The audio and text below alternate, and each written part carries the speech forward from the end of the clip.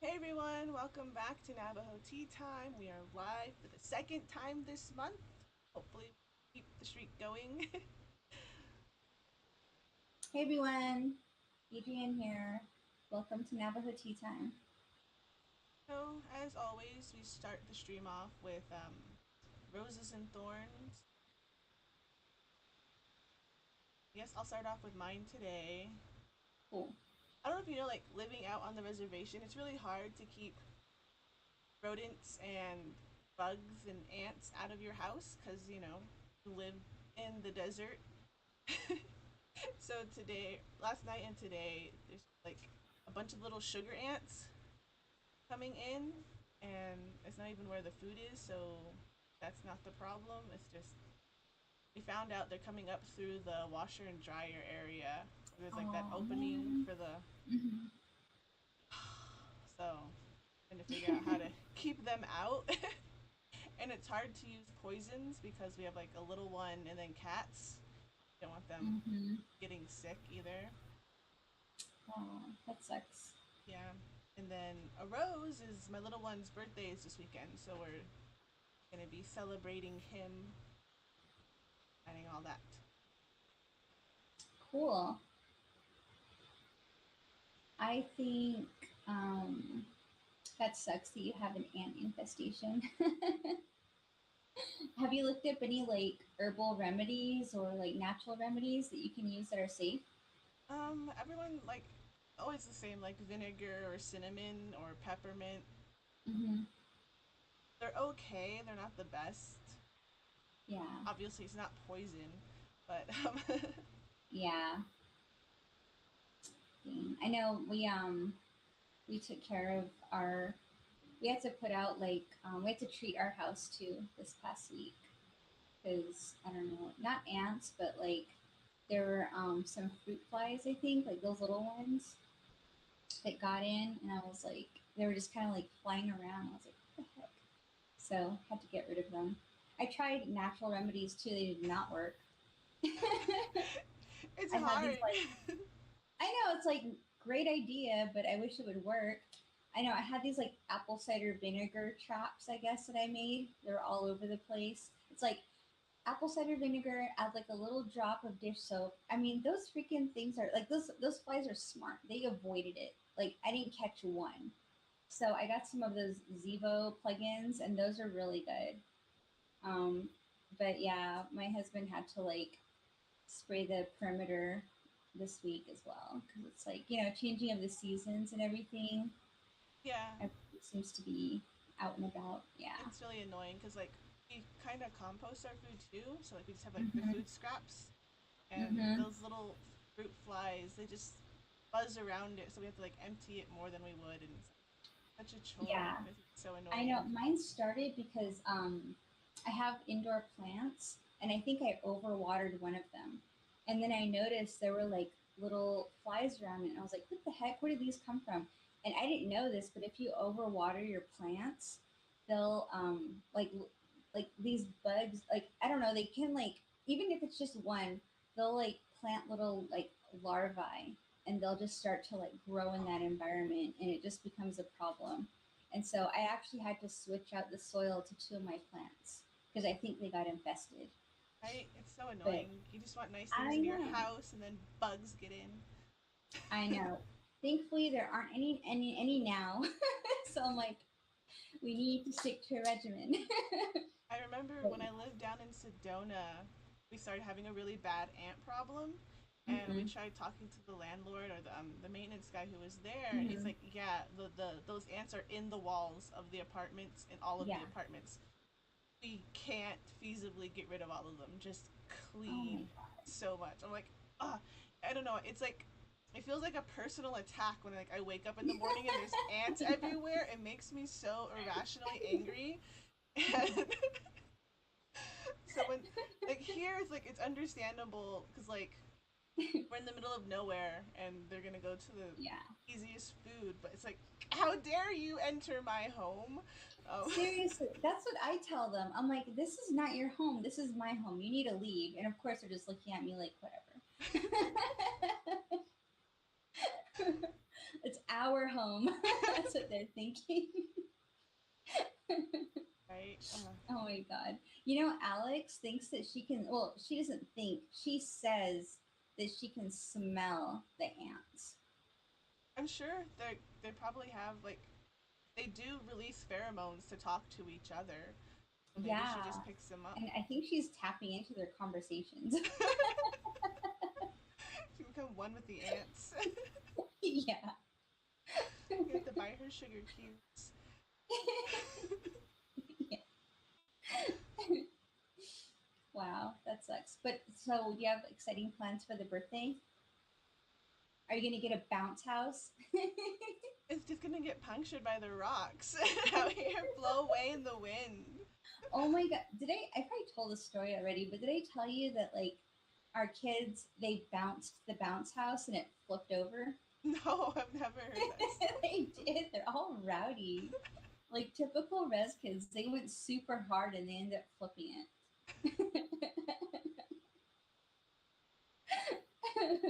At I'm least pretty sure that's like a core memory. and like fly away with the wind. I think that happens a couple of times in Phoenix. Like the Oh bounce my, house flew away yeah. with the kids in it. Oh, poor things. I know they used to, my sister got my nephews a trampoline, and the boys used to bounce Alex so high she would fly above the roof of the house.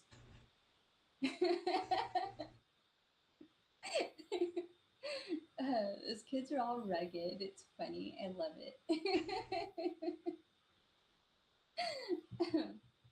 Anyways, yeah. Do you have plans? Sorry, I cut you off. Yeah, we have some plans. We're probably be visiting family. He's like Oh, 2.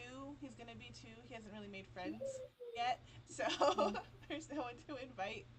Well, like there's like family, and it's usually just like older people Yeah. hanging around. Yeah, you're gonna hang out with your grandma for the for your birthday, and your great grandma. Yep, that's That's the cool. plan. That's a blessing. Make sure you take lots of pictures. Like I know like I'm a photographer, but I have that issue of like, do I participate or do I photograph? Well, give And the like, camera to Gernon. Say, Gernon, take pictures. They're not going to be as good as yours, but at least you'll have them. no, he's probably gonna be the one grilling. He's I'm like, not. I'm busy. I'm not good at grilling. Oh well, yeah. I have one photo of my son with his great grandma, Yeah, and well, he actually I have photos of both his great grandmas actually when he was a baby, and I love those photos. But every other time I didn't take pictures, so but I they're cute. I always take photos of him with his grandma. Like my Cute. grandma is also like his grandma because he like grew up with her and he just like runs to Mhm. her and hugs her all the time. And Cute. like when she visits or we visit her, he just starts yapping and yapping. I'm like, oh no, he's telling on me. He's complaining about all the things that I He's did. I like, made him eat you his won't believe what vegetables. she did this He week. had a nap. I changed his diaper. Wouldn't let him bite the cat. Yeah, he Dang. just goes That's on what and on and on and on. And my grandma's just like, okay. that's what Alex used to do. She'd be like, I'm telling grandma. And I'm like, what? How dare you, little traitor? You should It's just, cute. she should say, I'm telling your mom. Pretty much, yeah. Like, so I always have to be on my best behavior. It's funny. Right. So we So have. yeah. What about you? Do you have any roses and thorns? My rose is I went home this weekend and I got to visit my two besties, and that was really fun because I've been like super lonely out here. I haven't really made any friends, and I didn't realize it until like last week, and I was like, you know what? I think I'm lonely. I don't have any friends, and I don't go out and do anything with other people, and that's not a bad thing. Like I'm very happy, but at the same time, I was like, this sucks. You know what I mean? So I was telling I was telling one of my friends that over dinner, and she was like, she's like, you have to go out and talk to people. And I was like, I don't want to. And she's like, well, you should do an activity. I'm like, what kind of activity? And she's like, I don't know. What do you like? What are your hobbies? And I'm like, I don't have any hobbies. Like, I work and I take care of my family. And like, you know what I mean? Like, I don't have any hobbies. And she's like, that's really sad. I'm like, you're telling me. And then she was like, why don't you like go to the go to the gym and I was like, I do. And she was like, do you do classes? And I was like, yeah, I do classes every week. And she's like, well, talk to those other women. And I was like, I don't want to talk to those women. They're weird. That's why you don't have any friends. I know, super judgmental and picky. I know. It's just, but like, what if, like, I don't know, like, because I hear them talking, right? And they're always talking about things that, like, I don't, it's just, I don't want to say vapid, but vapid. They're just like, they're not saying anything interesting or, you know what I mean? Like anything I care about or like, it's just, I don't know. It's just weird. Like the way people, the things people talk about too. I'm just like, I don't know. Anyways, that's why I don't have any friends. But then she was like, maybe, she's like, you like to read. Maybe you should join a book club. And I was like, oh yeah, I do like to read. And I do want to join a book club. I would freaking love to join a book club. But I don't know of any of them that exist in person. Because remember, we were a part of that book club that one time before the pandemic hit, Yeah. and that was fun. Like I used to love like the conversations we had and just like the books we were reading. And then the pandemic happened, and then we did it virtually for like a year, huh? I went to one, but I'm not a big reader. Oh yeah. Well, you tried. I tried. I tried reading. You tried, and we were reading hard stuff too. It wasn't just like beach reads. We were reading like Vine Deloria Jr. and Who reads at the like beach? Anyways. like like the beach at page 8. Just kidding. No. I guess like chick lit. That's what I meant. Like, easy reads. Or yeah. So, anyways, so I'm gonna actually try to find a book club around here, and hopefully it's a book club where they read interesting books and not like, I don't know. Like I guess I'm afraid people are gonna. I don't know. I don't know. I guess I'm like worried, but I don't know. We'll see. Well, that's like There's. kind of. I don't know if you What do heard you of like recommend? called like the Native Girls Book Club. Mm-hmm. I think they're located in the Phoenix area too. And if you like, for me, socializing, I do that through like through the networking lens. Yeah. Like, because like there's tons of networking events you can go to. Like there's Cahokia down there. They're always having Mm-hmm. events. They're always having events at the Native Art Market, like on weekends. Mm-hmm. And I feel like those people might be people you want to talk to, like share your I level of guess interesting things. I guess I want to go. I guess I want a friend that I can go to like the botanical gardens with and walk around, or like go to the mall with, or like go to Home Goods, or go to lunch. You know what I mean? Like, You hey, know let's what? go check out this new place downtown. That's what I liked about the NWEAZ. Because, like, sure, we were trying to, like, plan this big thing, but most of us were just talking and Yeah, hanging out. And it yeah, felt like that was something needed far more than, like, trying to be serious businesswomen all the time. Like, yeah. just having fun and, like, I don't know, Mm-hmm. gossiping in a way, I Mm-hmm. guess, just hanging out Yeah, and. but it's got like there's context though, right? It's Mhm. related to kind of larger issues. Like that's what I love about like our friendship and like Navajo Tea Time is we have these conversations and we touch base and we talk about our lives and stuff and it's fun. Like I love that. But like you're so far away. It's not like I can be like, Kelsey, let's like you know what I mean? Let's go to Home Goods.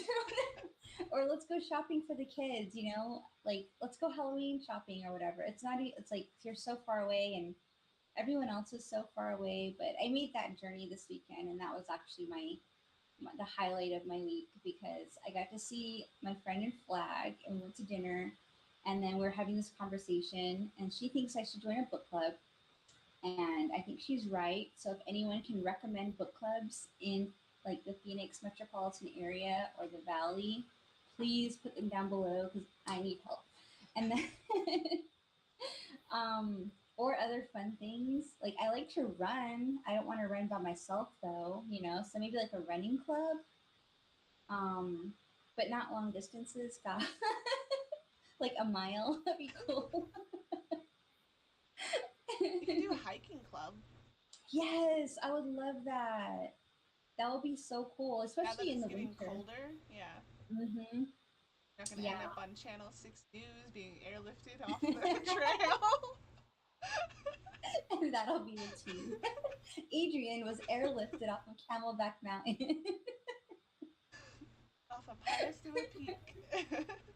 Like we got live footage of this lady standing up against a bobcat. Like what? What the heck? I don't know. Some weird stuff.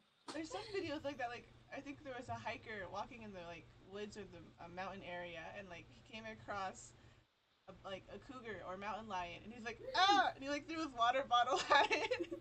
Like what do I do? Exactly. I mean, there's a lot of cool people down here too. Like I actually know a lot of people down here, but they're like super busy all the time, and I do run into them like at networking events or conferences or like but it's not the same. You know what I mean? It's like we're there, we catch base, we're happy to see each other. I cheer them on. I'm proud of them, but it's not like I'm calling them up, just to do just like to do downtime stuff. So anyways, but yeah, I went to lunch also with my other friend and Paige. We went down to the marina and we got lunch at Antelope Point Marina at the restaurant. It was so good and it was so fun. And I forgot that you can't walk down. So I was like, hey, where's the restaurant? And they were like, oh, you have to go here. And then it's down by the water. And I was like, oh, so we just like walk down there? And they're like, no, you don't walk. You get picked up and you get driven down there. I was like, really? I So saw your videos on Instagram just being like caddied down. yes, it is so cool. And we just loved it. We were like so excited and happy, like, oh my God, this is so cool. And it was great. We got there just when the restaurant opened, so it was kind of like there weren't a lot of people. And then they were also showing the Seahawks game, and my friend is a big Seahawks fan. She had like her Seahawks shirt on and everything, and so it was nice. But then as the lunch hour started, people like the boats started coming in, and there were all these like people in their bathing suits coming in to the restaurant, and they're all sunburnt, and some of them weren't wearing like pants, and I'm just like, ew. You know what I mean? I was like, this is weird. Just kidding. But it was cool. It was fine. But I was just like,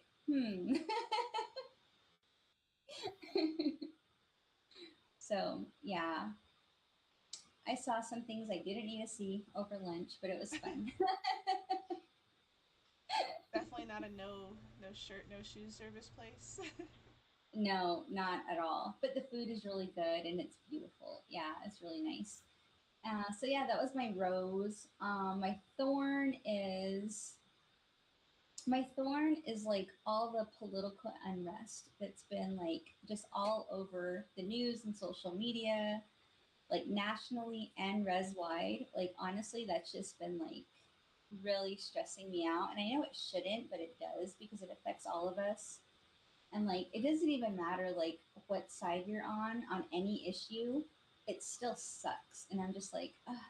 So that's kind of been my thorn this week. It's really been like a lot, like Mm. last week and this week. So Yeah, yeah. like for the most part, I kind of ignore it, but then sometimes there's just things like it's like on everything, Mm-hmm. like they leak into your for you pages when you're not even trying to look for them. You're like, I don't want to listen to this. Or like yeah, like full videos of things that you should not even be seeing happening live, and they're just like I didn't want to see that. You know what I mean? But yeah, or hear that. Yeah, there's a lot of stuff. So Yeah. Well, we can look to the chat. There's a couple people who started off in chat right away. Um, okay. Hi, Brady. How are you? I will Hey, not be at Brady. the Shiprock Fair. The only fair I attend is the Western Navajo Fair, if I happen to go at all. I'm not a big people person and driving. isn't one of my favorite things. Um, what about you, Adrian? Will you be at the Shiprock Fair? No, I'm not going to be at any fairs this season because I'm trying to save money. So I'm on a really tight budget the next few months. And Yeah, then sorry. Tara is saying hi from Inglewood. Inglewood, nice. Inglewood, up to no good. Just kidding. That's from that movie, right? What's it It's called? hilarious. Nick and Nora's From this Infinite one. Playlist? Oh yeah, uh-huh. It's on that movie too. Nice. They're really good. I like to go to the Roscoe's there in Inglewood. The Roscoe's chicken and waffles, so good. Okay. Okay. That's all. Brady Just thought you kidding. said I thought Adrian was gonna join the butchering contest. Dang, I know, huh? With my guns. Do you know how to butcher? I can probably butcher like 50% of the process I'm familiar with. But like the two things I can't, so I've never cut the neck. That's like the initiation part. That's also the most important part. And I don't know how to cut cut from the sternum down, you know? So, but I know how to separate all the pieces and I know where to cut. I know how to take out the gallbladder and I know how to clean the intestines The first and thing I you know how learn. to shear. Yeah, I've done all of that, but it's just like I've never cut the neck and I've never like cut like there. Usually my mom does that because she's like super strong and tough, or the uncles do it. Yeah, Yeah. it's silly because like my family on my mom's side owns a lot of sheep, but none of them know how to really butcher. So it's Mhm. like always our in-laws that butcher for us Mhm. You're like to marry into our family, you have to know how to butcher. because we And then they don't. find out they're really good.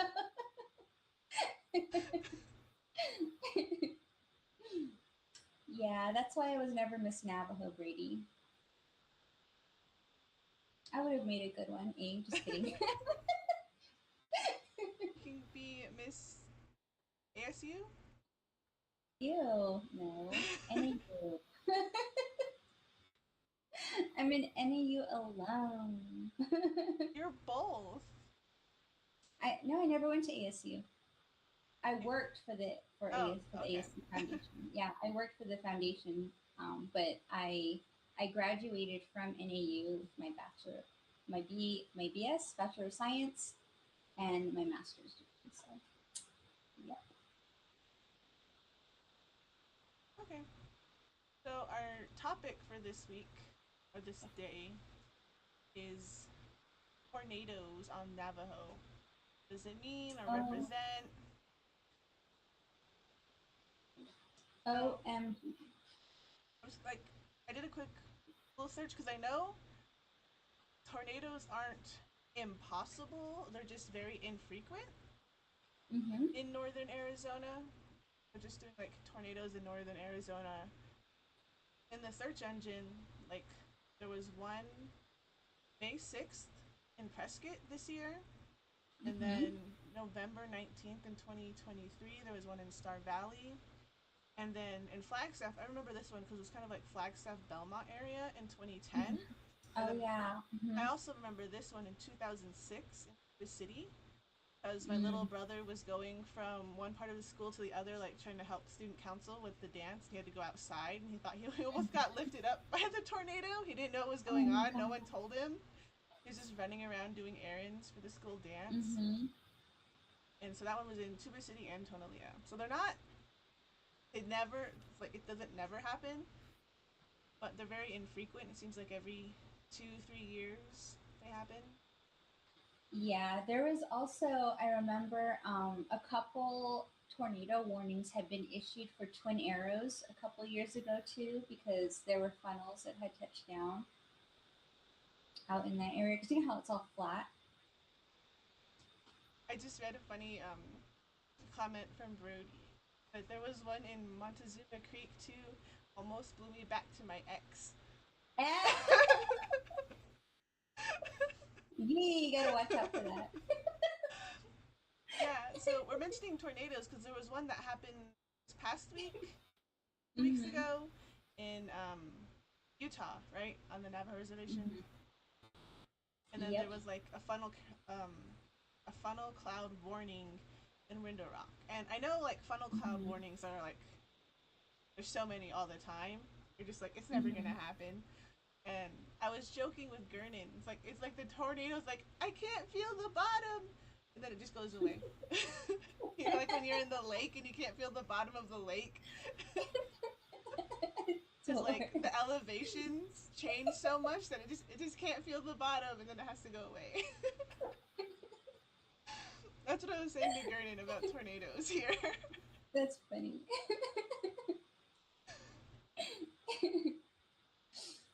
I remember I was like, so I was looking through Facebook and one of my memories popped up, and apparently a funnel cloud did touch down around this area.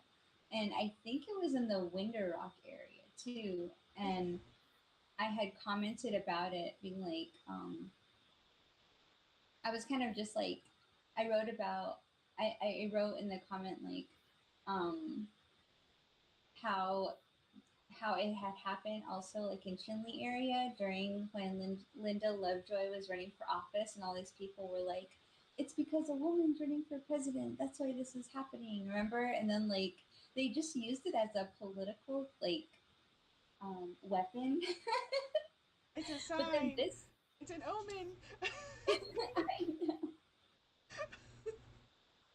it was crazy. And then so I was commenting because it happened during another campaign season. And I was, this is, I don't, well, okay, so what I said was like, it probably happened because Joe Shirley was in the running. and, and the holy people were like, no, Nez for press. It's so stupid. It was a joke. It was just a joke. It was just silly. But it was kind of one of those political campaigns where people were like, no, he can't be back in again. You know what I mean? It was one of those situations. You guys probably remember. But yeah. Um, So, so do you have any specific questions around that? Like, I well, mean, like around the topic? we can talk about. I don't know much about the tornado Mm-hmm. omens or taboos or whatever, or but I was reading some of them. It's just like I think one person was saying that like when there was a lot of tornadoes on Navajo, it's because people were making pottery weaving or something wrong in the opposite Mm-hmm. direction, like some of the symbols and stuff, they were doing it backwards. And Mm-hmm. so then there was a lot of tornadoes then, and it's like a signal or a sign that you guys are off the correct path and need to get back to the right path. And that's Mm-hmm. just it's the gist of what I've read online of people saying it. Mm-hmm. I've Janae. heard stories about, so you know how like the wind is considered an entity, you know, like they say that when we're first like we first come into consciousness, the wind is the first thing that kind of brings us in, and that's what the swirl on the top of our head represents. And you can speak to the wind, and the wind communicates with us if we're, you know, open to listening. And I heard this story back in the day that, you know, communication with the elements was common, right? People would talk to all the elements to maintain balance. And that was done through like songs and prayers, and, you know, also having that language. And I heard this story about, the story goes that there was a Diné man who had been in Oklahoma area, and, you know, that's like a part of Tornado Alley. And a tornado had come, and he had never really seen that type of violent wind before because, like you said, tornadoes are very uncommon in this area. And so he had used he had turquoise with him, and he had used that to pray to it, to communicate with it, and say, you know how like when we have turquoise, it designates where one of the holy people, like or like children of the holy people, and the holy people recognize us by that. And he used that to communicate with it and to calm it down. they said that he like, like acknowledged it and talked to it, and was able to have it move in a different direction. And I don't know. I remember hearing that story when I was little, and I believed it. I believed that that was possible. And I was always curious about how do you acquire that language, to be able to communicate with elements. And and on my, I guess, on this, like, on my journey to understand, that was one of the things I always was curious about, beyond just the meaning of why things happen, but how we as people can, um, like, intervene. You know what I mean? Like, what type of language do we have to use? What type of songs do we need to know to be able to communicate? To kind of let everything know, like, hey, like, not here, like, yeah, calm down. You don't have to do that here. But I think it's also a warning, like you were saying. That's what I've been told, and I guess, I don't know. Do you have a comment on that before? What exactly? Like Like, have talking? you heard anything like that? Like, do you know any stories like that, or heard any accounts, like oral accounts like that? Well, like I said, like my family isn't really traditional.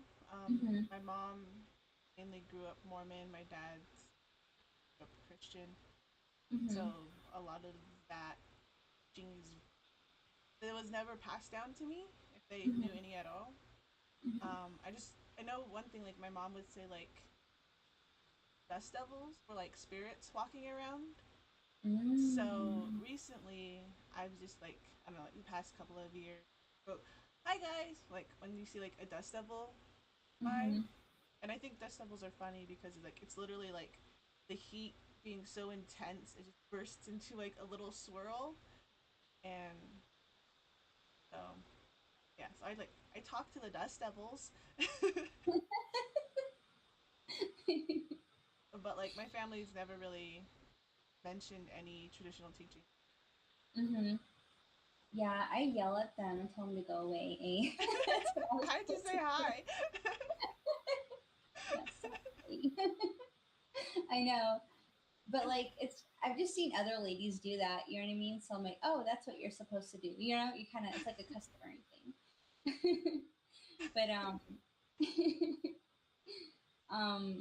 the Denehatafi Association issued a statement on it, and it was posted on their website. And so I was going to kind of put that out there for those who might be curious.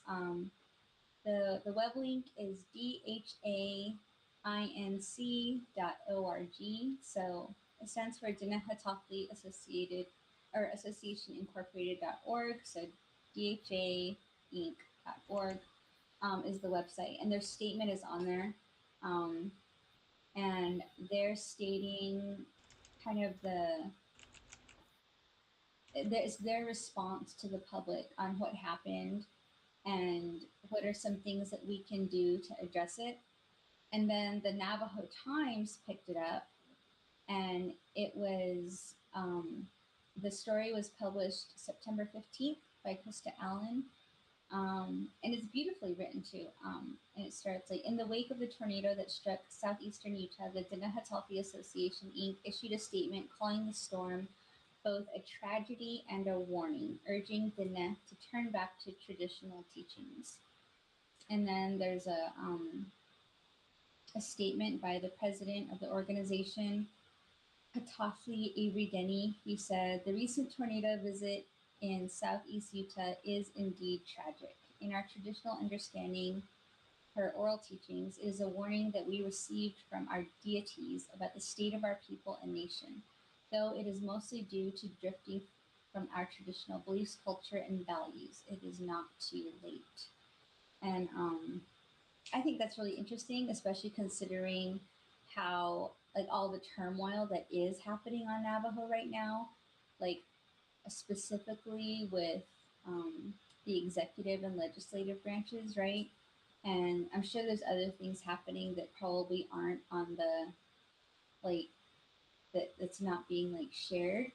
But I feel like that's kind of a big one. And I was like, interesting, because there is a lot of unrest happening, and there is a lot of I think a lot of people are affected by it because people are losing their jobs and, projects not getting funding, which means people's livelihood is being affected, like the homes, access to water for themselves and their livestock and their crops.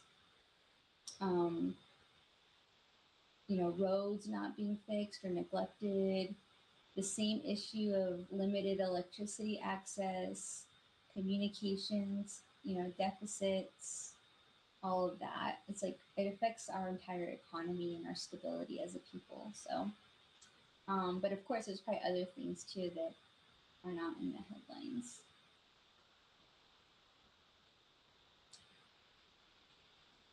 Um, so, in the article, the Patafli Denny also says, as we are still able to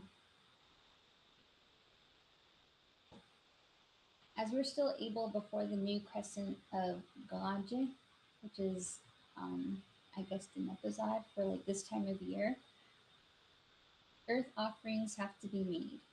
The offering of sacred minerals to our Mother Earth and divine nature assures their continued protection. This is where our traditional chanters with sacred medicine bundles can help our people. He added that offerings should be made along the tornado's path, noting that the Windway chanters have a role in that process. So there are Hatafli that know this ceremony called the Windway, and there are very specific ceremonies that have that like vocabulary and communication that I mentioned before. They have that, and they're able to utilize that. He wrote, he said, the powerful deities like the tornado understand that they have their paths in as much as we have our paths. We as five-fingered earth surface peoples must stay on our path and continue to educate our people about abiding by our fundamental laws. So that's really interesting. Good information, I think, and I think it's cool that the Navajo Times posted that. There's also more information about the organization itself, and let's see what else. The last thing he said was, it is clear why these mishaps will occur. It's time to carry out collective action ceremonies. Now is not the time for placing fear in people, pointing fingers on why it happened, nor is it the time to begin a swarm of diagnosis ceremonies. So it's basically, don't be scared. Yes, there is a problem. Let's address it as needed, and let's leave it up to the Windway chanters to do that. So he's kind of calling on them to educate. There's also an additional comment by Hatafli Anthony Lee from Kuchugai. And he's talking about Niyatso, which is like the name for the wind. He says, I think like Tso, it's like big, kind of like big wind, I guess, stepped onto Navajo land and the Holy Wind people. That's the wind, has an important underlying message for us to restore Earth's offerings to the winds of change, to bring about prosperity and posterity in the context of abundant rainfall and snowfall, to replenish our planting fields and to bring about a healthy lifeline to our body, mind, and soul existence. He explained that the existence of the Holy Wind, oh man, I don't know how to say this. I'm sorry, but for all you Diné College graduates, we need your help on this one. But the Holy Wind is a life force present in daily experiences and essential to overcoming adversity. It's about a life force, the animating principle, in other words, the empowering principle for nation building. So he's kind of bringing it back to this, I guess, other perspective that's aligned with what the first Hatafli said, but also kind of making a little deeper, talking about this overall larger imbalance. But also, I think it's hopeful because it's kind of like, well, we have what it takes to set things back straight, right? And it's really like doing what we can to put things back in balance. So I think that's kind of an interesting conversation to have. Like, what does that mean to you? What does it mean to our viewers? How can we do our part individually to put things back in balance if we ourselves are not Hatafli or Windway seekers, singers? Mm, for me, that's kind of a difficult thing because, like I said, like I've never grown up with traditional teachings. Mm-hmm. So for me, like I'm not Christian myself, and Mm-hmm. so I have a different belief that isn't really specific to one culture or one area. It's just sort of like I read a lot of different spiritual practices and everything, and I've kind of Frankenstein what feels right for me. Mm-hmm. And so I wouldn't know where to start because I don't know what's wrong. Like, Mm-hmm. I don't know what I don't know. And Yeah. that's just how I feel about it. It's like, if this is like a punishment or a warning of like you need to get back on your path, I don't feel like it's fair for me to get blamed for never being taught in the. And I guess I feel like there's probably a lot of people that can identify with that. You know what I mean? Where it's like, well, this isn't like really my problem or responsibility because I don't know what I'm doing wrong or how to fix it. But at the same time, I think just like, I wonder, like, based on what you know from like Frankensteining different beliefs and ways, like, if someone were to tell you just like, you know, like life seems to be out of balance, we need to put it back into balance, like how do you do that for yourself? You know, how do you put yourself back in balance or like your environment? Well, like for me, like the environment right now, it's so far out of my reach, out of my control. Like I can't tell a giant corporation to stop mining uranium. Mm-hmm. Um, and a lot of people tried. Mm-hmm. And I guess for a personal one, there's something called like shadow work, which is a therapeutic term, like a therapist term, Mm-hmm. psychological term, where you look inward and you try and accept the things that you feel shameful about or acknowledge that they're there and find a way to unconditionally love yourself. Like, Mm-hmm. don't say, oh, I can get a reward if I do this. Like, you have to have Mm-hmm. like an achievement based system or like kind of like an exchange. Like, oh, if I'm good, then I do this. But like, it's no, you love who you are always. And sometimes, Mm-hmm. like, for lots of people, that's really hard just from growing up with like being told, "Oh, you don't know Navajo. How come you never tried? How come you never learned?" Or you get Mm-hmm. shamed for different things, and that definitely builds up and it piles up on it. And then sometimes, like for me, it's like, "Well, how come you never bothered to teach me?" Mm-hmm. And then when I ask that back to them, they start stuttering, like, "Well, it's really difficult and it's hard to blah blah blah." I was like, "Well, then how am I supposed to learn if it's difficult to teach?" Yeah. And so when people come up with like, I get petty like that when people start like attacking me, like it's all my fault. And Mm-hmm. it kind of reminds me of like the older millennial, then like boomers, like, oh haha, these newer generations don't know how to drive stick shift or read and write cursive. I'm like, isn't that your failing to teach them how to drive Yeah. stick shift and read cursive? It's not their fault Mm-hmm. no one taught them. Mm-hmm.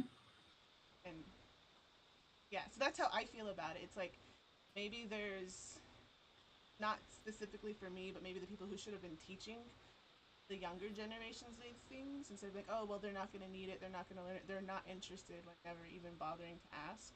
Mm-hmm. Yeah, I think you hit the nail on the head because I've been thinking about this, and we have a lot of really big problems that we're facing, right? Like individually, personally, but also like on a larger scale too. And if you like kind of put it all together, it gets really overwhelming, because you can't control a lot of things. Like my thorn is what's going on in the world right now, and it's specifically related to things that have nothing to do with me and I have zero control over. You know what I mean? And it's like really frustrating. And then if we think about things like tornadoes, these really powerful beings, these, occurrences that happen that like we can't control the temperature of the ground, and we can't control the temperature of the air in the sky, which causes, right, tornadoes to happen. Like that's out of our control.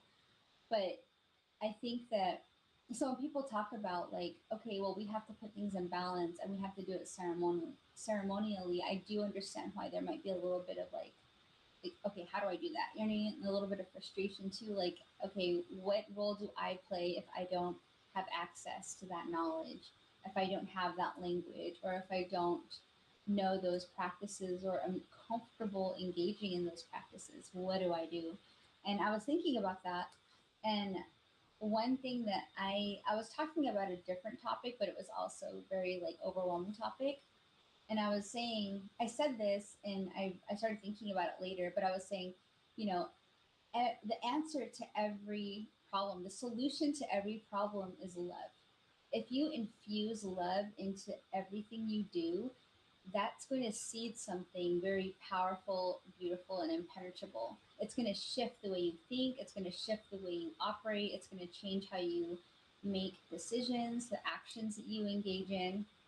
Um, and I think my brother would probably call me a hippie for saying that, but I really do believe that. Like I was thinking about it, I'm like, if you infuse love into any situation, you're gonna change the dynamic of that situation, And so like love of the land is a real thing, Like we can literally interact with it by taking our shoes off and, placing our feet on the ground and our hands on the ground if we want to, and like communicate with it. We can introduce ourselves to the land and say, this is who I am, and acknowledge it, and then, like let it know that I need you to take care of me and like protect my home, and I believe that. And I was talking about this with my kiddos. They were saying, my daughter was saying, I don't really believe that anyone can actually own land. She was saying the land doesn't belong to us. She was saying, I believe that we belong to the land, and she was just so confident in that belief, and it shifts the way she interacts with everything around her. And I think that also affects how the environment reacts to her, because she has that communication with it. And like since she was a little kid too, she's always believed that everything is alive, like everything has a personality, a spirit, you know what I mean, a way of communicating. Like she's always like everything's always been animated to her. And as a kid, you think it's kind of like really cute and funny, like, oh, she has a big imagination, but it's never gone away. And and it was really cool to hear her say that, because these are things I think about too, and I feel, you know, and so I think, and I think maybe other people do too. They just don't talk about it, you know what I mean, or they don't want to admit it because it sounds crazy. But I think there's a little bit of truth there, or maybe a lot of truth there. And so I was thinking about it, like if you infuse love into any situation, you can probably bring things back into balance, especially if things are so chaotic or so out of control, right? How Yeah. can we affect our environment around us by being careful about what we say and how we talk and what we do, decisions we make, how we vote? I think like sometimes people think that your words are gonna um, take you into battle and give you a chance at winning, whether it's an argument or a perspective or a legislation or whatever. But I think like there's also action, and action can be done quietly, and action can be done with real compassion, you know, and it can be done with love of the people or love of the land or love of your own health and body. And so I don't know. That's just what I was thinking about. Yeah. Like, I don't know, sometimes like get like these feeds and you're like whatever, and it just seems like they start hitting on specific points. You're like, oh, okay. Like sometimes like it happens with, like when you're talking to your whoever about a product, then you see a bunch of ads. But then Mm-hmm. sometimes like Mm-hmm. I'll get something like recently, I got one about like talking about the pyramids of needs, like in an Mm-hmm. individual. And I don't remember exactly what she said, but she was basically saying that like the person who made that kind of messed up, or he was doing the research, he skewed the research towards just a single person's needs. But Mm-hmm. then there's these people who are like, oh, I have all these needs met, but I'm still like alone or still frustrated. There's still things missing because it's not just the needs of one person. It needs to be the needs of like the whole community. Mm-hmm. They all need their needs met, so then the community can thrive and everyone's happy together. Or Mm-hmm. something like that. No, I think that's absolutely true. Like you can have your basic needs met. Is that Maslow's hierarchy of needs? Is that Yeah. what it was called? Yeah. Okay. But I think like you can have your basic needs met, but if you don't have a friend to go to home goods with, you're off balance. Like that's. I'm just saying. There's a lot of truth in that. Right? It's like you need like the village or the community to also help because like you can't Yeah. always take everything on your own or with just you Mm-hmm. and your partner. Sometimes you need a date night and you need someone to watch your 2 year old, and that's Mm-hmm. why you have the village there to help you with. Seriously, Rexley Jim. He used to teach at Dina College. So Rexley Jim was the previous vice president of the Navajo Nation. He was Ben Shelley's VP, and then he also was the director of the Sovereignty Institute at Dina College, and then he was the dean of Dina Studies. And um, really cool guy, and he went to Princeton. He went to Ivy League school. He has all that training. He worked in the political realm, and I thought he was going to be someone that I would have nothing in common with. But we started working together, and I started listening to his ideas about culture and our people and our land and education. And he had a really interesting perspective because it was well informed by Diné fundamental knowledge, related to Diné fundamental law. And he used to talk about how the families were structured back in the day. He was saying, because I would talk about my kids and my hopes and dreams for them, right? And everything I was doing to set them up. And he was like, back in the day, um, parents would go out and bring in resources for their children, and they were often left with their grandparents, and they were able to learn a lot of really deep knowledge from that generation: how to live, how to keep a home, how to run a family, how to take care of livestock and crops, just how to be connected. And because they were a generation over, there was a different way. Like grandparents usually treat their grandkids different than they do their actual children, right? There's a little more um, patience, probably. Mm-hmm. There's oftentimes a willingness to teach and pass things on to that child. And so he was saying in that structure, it was beneficial because the parents had the ability to go out and work and send back resources so the family had the financial support that they needed. And he was saying today, he was saying, like, to me, you're working and you're not, you don't have a support system there to help you, because I didn't have my mom or my family around to help out. And so I was really juggling a lot. And I think he was kind of expressing empathy, but he was also telling me there's another way that you could do this. And if it's not if it's not in your lifetime, or if you can't do it now because you don't have your mother or your sisters around to help out, you can do this for your kids. Because one day you're going to be a grandma, and one day you're going to be in a position to do that, to be able to provide that safety net and that support system. And it really made me think about how some mothers parent their children and their grandchildren, how they take care of them. Some of them, I think, maybe go a little overboard by taking on full responsibility of their grandkids. And I think some parents might take advantage also, where they just kind of leave them with grandma. But it's like, I think there's a way to find that balance, where you can do what you got to do, but have grandparents around to help out. And I guess I'm just thinking about that because it goes back to that idea of community. And how do you eliminate burnout? And I think today there's a lot of women like us, that are working and bringing in income and also raising families. And it's not just one child, it's multiple children, and sometimes it's animals and plants. Sometimes it's also like your husband or your partner who's like everyone needs care, and we're kind of burning ourselves out and we're getting run into the ground. And I think there's a way to balance things out. And it's like, I think sometimes sometimes I think it's gonna have to take us to kind of reset things. And like, I'm gonna try, I really am.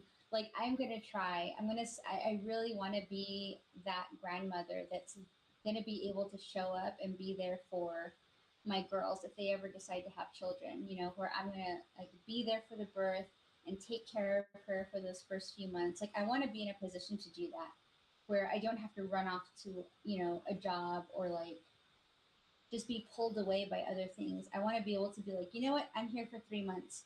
I'm going to cook for you. I'm going to take care of you. I'm going to give you the love that I wish I had, so that you can get back to where you need to be.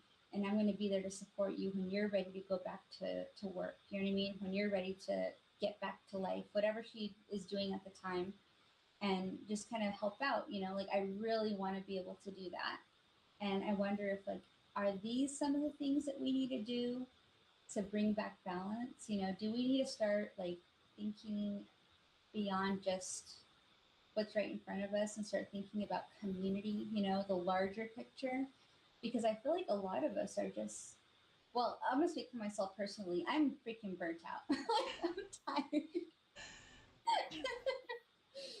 Like, I'm doing a lot, and I'm No, just for like, sure. Like, I'm coming out of my burnout. Like, my mm-hmm, summer break was literally me being burnt out. And mm-hmm, so it's not fun, like especially when you're creative and you rely on being creative for your work and for your income. And then when you're burnt out, there's no there's nothing. There's no creativity, there's no will to just get up and create. Like I mentioned mm-hmm, to you before, like I haven't even touched my camera in like 4 months, 3 months. yeah, And it's it's just something. And like, yeah, like community, definitely having that sense of community. But then there's like a thing like being able to give unconditional love to people so that they can grow and be able to flourish the way they need to. mm-hmm, And it's kind of silly because like I was watching this reaction to a movie. It's called Thunderbolts. It's the mm-hmm, latest Marvel movie, I believe. And they react to it like through a therapist's eyes and everything. mm-hmm, And there was like two people who definitely needed to connect. Like they both needed community, and one person had to be strong enough to reach out to the other person who also needed, company, community, but they weren't able to reach out on their own. So it's like sometimes you have to be the person stepping up and be like, hey, we need to stand together and pull people in. And sometimes you don't even like sometimes you don't even have the mental capacity to think, oh, I need to be. And mm-hmm. like it's okay to be one or the other. And I don't think it's like, and like they're saying like there wasn't an imbalance. It's like, oh, she saved him or whatever. It was just Mm-hmm. like they both saved each other. It's just one person had to be the person to make the first step. Mm-hmm. Yeah, and I think that's so. I think I wonder if like people who maybe watch this are gonna take a moment and think about, okay, what do I need to reset, or what do I need to do, to kind of put myself in balance, and then maybe my family. What do we need to do? Do we need to set a budget? Do we need to be more disciplined with our work schedule? Do we need to be like, do we need to set some boundaries?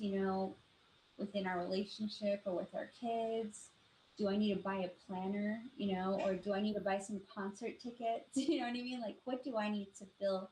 Like, right now, I feel like my basic needs are met. I feel really blessed and happy with how things are going in my life, but I still feel like I need some. I just I feel like I need some camaraderie. You know what I mean? More than like once every few months. You know what I mean? Like, being able to see my friends like a couple times a year is great, but it's like, dang, I wish I could see them more frequently. You know what I mean? Or like, And I know that's like, I don't know. I guess like I'm I'm happy with what I have, but I guess I'm also feeling like I need something a little more. And No, I think that's okay, you yeah, know? yeah. That's totally, it's like there's like that saying, like you can't fill other people's cup if your cup is empty. You always need to first make sure you're in an okay place, be Mm-hmm. able to start things, be able to out. And then some people like you just need that social connection. And Mm-hmm. at times, I think like movies or whatever the media has made it like, oh no, you have this one person, your significant other, your partner Mm-hmm. in life, the person you marry, that's your one person. You have to rely on them for Mm-hmm. everything, but that's not healthy and that's not sustainable because I don't know, like I have my husband, and then I also have like my soulmate, Mona. Mm-hmm. Like I I get a different energy from Mona than I get from my husband, and I need both. Yeah. And it's not good for me or my husband to be like, no, you're gonna be everything to me, and Mm-hmm. that's draining on them, and it's just not enough for me. You need your community of people. You need like your found family, even your real family, because like when you talk to your Mm-hmm. siblings, you get a different energy back than when you're talking to a friend, or Mm-hmm. like there's different energy exchanges that you need from different people. Yeah. Yeah. Maybe I should go bug my sister. She lives kind of close by. I feel like she does. I feel like she'd rather hang out with her husband, though. You know what I mean? I always like she has like her husband and her dogs, and I feel like I don't know, like that fills her cup. And also I'm her older sister, so like it's a weird dynamic. But maybe I should just go bug her more frequently. But I feel like Just she's always busy. take her on a coffee date, or like go to Home Goods with her. Hmm.